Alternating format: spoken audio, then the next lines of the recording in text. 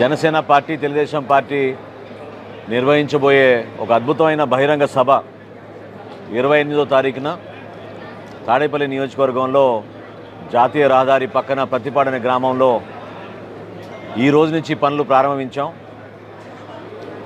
ఈ సభ ప్రాంగణం 21 ఎకరాలు. పెద్దలు కృష్ణమూర్తి గారు పెద్ద మనసుతోటి బొలిశెట్టి శ్రీను గారు రిక్వెస్ట్ చేసినప్పుడు ఆయన అంగీకరించి ఈ మీటింగ్ నిర్వహణకి స్థలం ఇచ్చినందుకు ముందుగా మా పార్టీ అధ్యక్షులు పవన్ కళ్యాణ్ గారి తరఫున జనసేన పార్టీ తరఫున ఆయన కృతజ్ఞతలు తెలుపుకుంటున్నాం. లక్షల మంది ప్రజలు ఎదురు చూస్తున్నారు.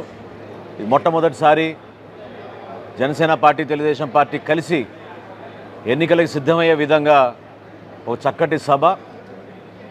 ఇరు పార్టీల నాయకులు, మా పార్టీ అధ్యక్షులు అనేక అంశాలపైన ప్రత్యేకంగా ప్రసంగించి రాబోయే రోజుల్లో ఆంధ్రప్రదేశ్కి మరొక్కసారి ఒక మంచి పరిపాలన తీసుకొచ్చే విధంగా, అభివృద్ధి జరిగే విధంగా, సంక్షేమం ఇంకా మెరుగైన సంక్షేమం జరిగే విధంగా, ప్రతి కుటుంబానికి మేలు జరిగే విధంగా ఏ విధంగా కంకణం కట్టుకుని ఈ పొత్తులో భాగంగా ముందుకెళ్తున్నామో వివరించడానికి ఇదో గొప్ప అవకాశంగా మేము భావిస్తున్నాం. కేవలం రాజకీయ లబ్ధి కోసం కాదు, ఈ కలయిక అనేది ఆంధ్రప్రదేశ్ రాష్ట్ర భవిష్యత్తును దృష్టిలో పెట్టుకుని, అభివృద్ధిని దృష్టిలో పెట్టుకుని, భావితరాలను దృష్టిలో పెట్టుకుని పవన్ కళ్యాణ్ గారు, చంద్రబాబు నాయుడు గారు కలిసి ఒక మంచి ఆలోచనతో రాష్ట్ర ప్రజలకి రాబోయే రోజుల్లో పారదర్శకతతోటి, భవిష్యత్తులో దృష్టిలో పెట్టుకుని మంచి ప్రణాళికతోటి ప్రభుత్వం ఏర్పాటు చేయబోతున్నాం. ఆ వివరాలన్నీ కూడా ఖచ్చితంగా మేము ప్రకటిస్తాం. అదేవిధంగా ఒక ఉమ్మడి ప్రణాళిక, సమిష్టిగా పనిచేసుకునే విధానం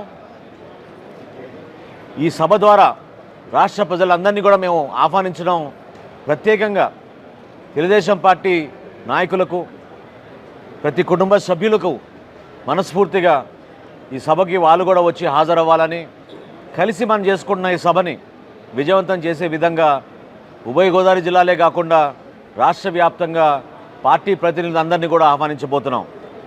వేదిక పైన సుమారు 500 మందితోటి ఏర్పాటు చేసే ఈ వేదికలో 250 మంది తెలుగుదేశం పార్టీ నుంచి, 250 మంది జనసేన పార్టీ నుంచి, 175 నియోజకవర్గాల నుంచి కూడా ప్రతినిధులు ఆశీస్సులు అయ్యేటట్టు ఓ చక్కటి ఏర్పాటు మా పార్టీ శ్రేణులందరూ కూడా కష్టపడి చేయబోతున్నారు. రాబోయే 3 రోజుల్లో ఈ ప్రాంతాన్ని మరింత సుందరవందనంగా తీర్చిదిద్ది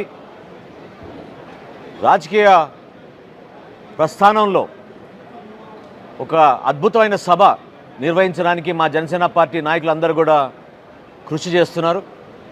మరింత వేగంగా పనులు జరిగే విధంగా ప్రతి అంశం పైన ఒక మంచి ప్రణాళికతోటి వచ్చిన వారికి తగిన ఏర్పాట్లు, దూర ప్రాంతాల నుంచి తరలివస్తున్న వారికి పార్కింగ్ ఏర్పాట్లు, ఇటువంటి అంశాలపైన ఖచ్చితంగా లోతుగా మేము విశ్లేషించుకుని ఎక్కడ కూడా ఒక్క పొరపాటు లేకుండా సురక్షితంగా ప్రతి ఒక్కరూ వాళ్ళ గ్రామాలకు వాళ్ళు తిరిగి వెళ్ళే విధంగా ఏర్పాట్లన్నీ కూడా చేయబోతున్నాం. అదేవిధంగా జగన్మోహన్ రెడ్డి గారి పరిపాలన గురించి ప్రజలు విసుకెత్తిపోయి ఈ సభ ద్వారా వారి తరఫున గలం వినిపించే ప్రతి ఒక్కరిని కూడా వాళ్ళు మనస్ఫూర్తిగా అభినందించబోయే పరిస్థితి, సందర్భం ఖచ్చితంగా వచ్చింది. ఎన్నికల హడావుడంటే కేవలం ఎన్నికలప్పుడే కాకుండా ఎన్నికలకు జరగబోయే ఈ ప్రయాణం గురించి కూడా పవన్ కళ్యాణ్ గారు, చంద్రబాబు నాయుడు గారు ఖచ్చితంగా వివరిస్తారు. పేదలకి, సమాజంలో ఉన్న పెత్తందారుల కోసం ఈ పోరాటం అని చెప్పుకుంటూ వస్తున్న ఈ ముఖ్యమంత్రి ఎందుకోసం మరి నిన్న 2 హెలికాప్టర్లు ప్రజాధనంతో తీసుకురావాల్సిన అవసరం ఏముందో చెప్పాలి. మేము ఈ రోజున ఖచ్చితంగా నిలదీస్తున్నాం.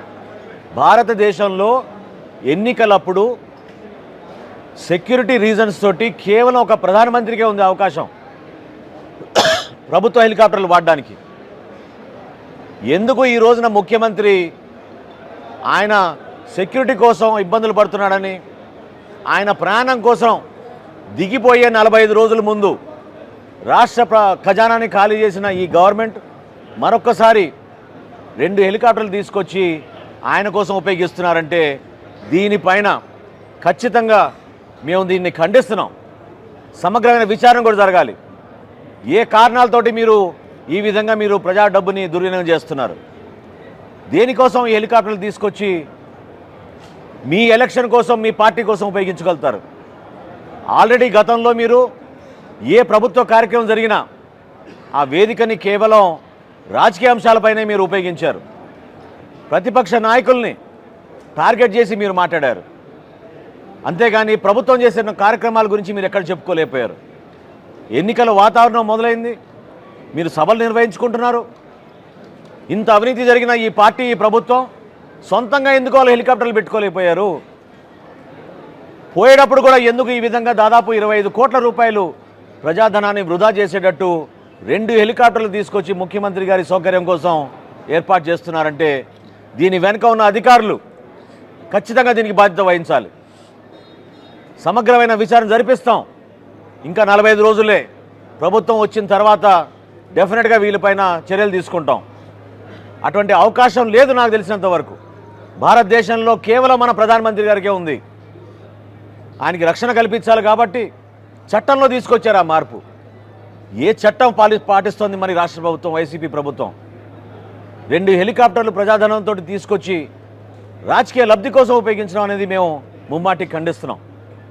ఈ సభలో ప్రతి ఒక్క పౌరుడు గర్వపడే విధంగా, తెలుగు జాతి గర్వపడే విధంగా, మన ప్రాంత సంస్కృతి, ఇక్కడున్న కళాకారుల్ని ప్రోత్సహించే విధంగా మా పార్టీ నాయకులు, తెలుగుదేశం పార్టీ నాయకులు కలిసికట్టుగా ఒక అద్భుతమైన కార్యక్రమం నిర్వహించబోతున్నాం. మిమ్మల్ని అందరూ కూడా అందులో ఆహ్వానిస్తున్నాం. రండి, మీరందరూ వచ్చి పాల్గొనండి. ఈ సభని మీరు విజయవంతం చేయాల్సిన బాధ్యత మా పార్టీ శ్రేణులకు ఎంత ఉందో ఈ రాష్ట్ర ప్రజలు కూడా అంతే ఉంది. మీరు కూడా రావాలి, పాల్గొనాలి, చూడాలి ఏ విధంగా ఇరు పార్టీలు కలిసినప్పుడు ఈ విధంగా ప్రజల్లో మార్పు తీసుకొచ్చే విధంగా మేము కష్టపడి ప్రయత్నిస్తున్నామో మీరందరూ కూడా ఆశీర్వదించమని ఈ సందర్భంగా కోరుకుంటూ, తాడేపల్లిగూడెంలో 28వ తారీఖున జరగబోయే సభని విజయవంతం చేసే విధంగా ప్రతి ఒక్కరూ పాల్గొనాలని జనసేన పార్టీ తరఫున, అదేవిధంగా తెలుగుదేశం పార్టీ తరఫున వాళ్ళ నాయకులు చంద్రబాబు నాయుడు గారి ఆధ్వర్యంలో జరగబోయే కార్యక్రమాల్లో కూడా ప్రతి ఒక్కరు కూడా ఈ కార్యక్రమం గురించి మీరు మాట్లాడి అందరూ కూడా వచ్చి పాల్గొనమని మనస్ఫూర్తిగా మేము కోరుకుంటున్నాం.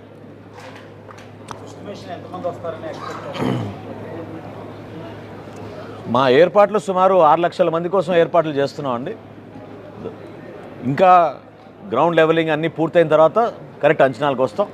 తప్పకుండా ఇది గతంలో ఏనాడు లేని విధంగా ఒక అద్భుతమైన సభని మాత్రం ఈ రాష్ట్ర ప్రజలకి అంకితం చేసే విధంగా చేస్తాం. డెఫినెట్గా చేయాలి. నేను అదే అంటగా చట్టంలో చాలా స్పష్టంగా భారతదేశంలో కేవలం ప్రధానమంత్రి గారికే ఉంది రక్షణ కారణంగా, ఇంకెవరికి లేదు. ప్రభుత్వ హెలికాప్టర్లు, ప్రభుత్వ వాహనాలు ఎన్నికలప్పుడు వాడకూడదు అని ఎలక్షన్ కమిషన్ నిబంధన ఉంది, చట్టంలో ఉంది. దాన్ని అతిక్రమించి మీరు హడావడిగా ఈ 40 రోజుల్లో ఎందుకు మీరు 2 హెలికాప్టర్లు తెచ్చుకుంటున్నారు? ప్రశ్నిస్తాం తప్పకుండా దాన్ని. జనసేన పార్టీ ఎన్డీఏలో భాగస్వామి అండి. రాబోయే రోజుల్లో భారతీయ జనతా పార్టీ కూడా కలవాలనే ఆకాంక్ష ఎప్పటి నుంచో పవన్ కళ్యాణ్ గారు పదే పదే చెప్పుకుంటూ వచ్చారు. దాని వెనుక స్వార్థం ఏమి లేదు.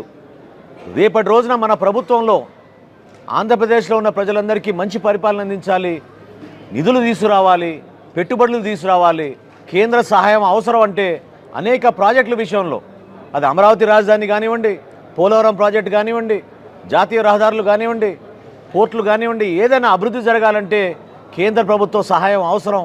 నరేంద్ర మోడీ గారి నాయకత్వం ఖచ్చితంగా ఈ దేశానికి, మన రాష్ట్రానికి అవసరం అని నమ్మి ప్రతి అడుగు కూడా మేము ఆ దిశగా వేసుకుంటూ ముందుకెళ్తున్నాం. చర్చలు జరుగుతున్నాయి. తప్పకుండా దానికి అనుగుణంగానే మంచి ఫలితం అవుతుందని మేము ఆశిస్తున్నాం. అంటే ఇంకా చర్చలు జరుగుతున్నాయి కాబట్టి చర్చలు జరిగిన తర్వాత, కలయిక తర్వాత తప్పకుండా మేము చేయాల్సిన కార్యక్రమం ఉమ్మడిగానే చేస్తాం. Thank you.